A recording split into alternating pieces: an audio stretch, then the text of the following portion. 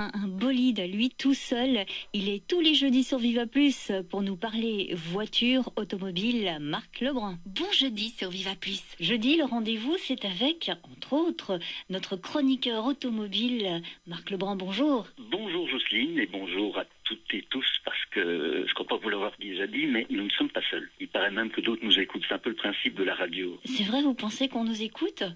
Je le pense bien, oui. Ah bah j'en suis la première ravie. Voilà. Du magazine Autopresse, magazine en ligne, avec nous pour évoquer, on va parler aujourd'hui d'un essai. Je vous emmène faire un petit tour du côté de chez Toyota, qui est quand même, rappelons-le, le pionnier mondial des voitures hybrides, technologie qui en son temps avait laissé plus d'un sceptique, et qui revient avec une légende. N'ayons pas peur des mots, puisqu'il s'agit de la GR Supra de 5e génération. Pourquoi GR? Tout simplement pour Gazoo Racing. Vous ne voyez rien d'affectif dans ce Gazoo, mais Toyota Gazoo Racing est en fait la structure qui chapeaute le programme sportif international de la marque. Depuis plus d'un an à peu près, cette structure a brillé au plus haut niveau en remportant par exemple les 24 heures du Mans dans le cadre du championnat du monde d'endurance FIA, le titre constructeur au championnat du monde FIA des rallyes et le rallye Dakar 2019. Excusez du peu quand même. Prout ma chère. Voilà.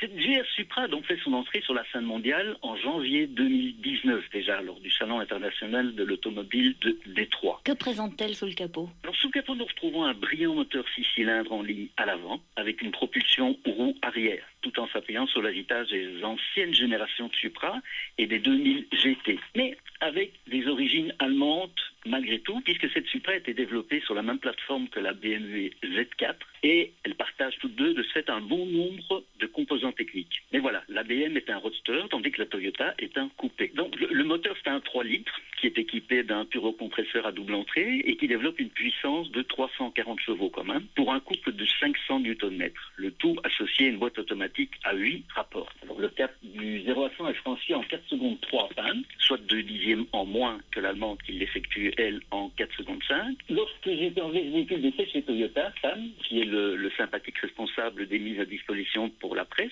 m'avait confié que lorsqu'on roulait normalement, cette Supra se comportait comme une GT. Mais lorsque la fonction sport était enclenchée, c'était une bête, textuellement. Et de fait, lorsque je suis sorti du parking, j'ai pressé le fameux bouton sport en ligne droite et j'ai accéléré. Oh, pas des masses, mais suffisamment pour me rendre compte que le train arrière avait décroché, quand même. Et si on passait à l'intérieur de l'habitacle, c'est confortable? L'intérieur est tout à fait confortable pour une voiture de sport. Et cet intérieur correspond en tout point à ce qu'on peut attendre d'une voiture de sport, avec une assise basse, mais pas trop. Alors, bien sûr, un 3 litres, c'est pas apporter toutes les bourses. Aussi, la prédiction d'une GR Supra 2 litres va être commercialisée sous peu. C'est un moteur 2 litres 4 cylindres en ligne, équipé d'un seul turbocompresseur, couplé, lui aussi, à une transmission automatique à 8 rapports. Donc au chapitre de performance, sa puissance maximale est de 258 chevaux et son couple de sortie maximale est quant à lui de 400 Nm au lieu des 500. Il franchit comme ça le cap du 0 à 100 seulement 5 secondes 2 pour une vitesse de 250 km/h. Et au niveau du prix, c'est pas donné?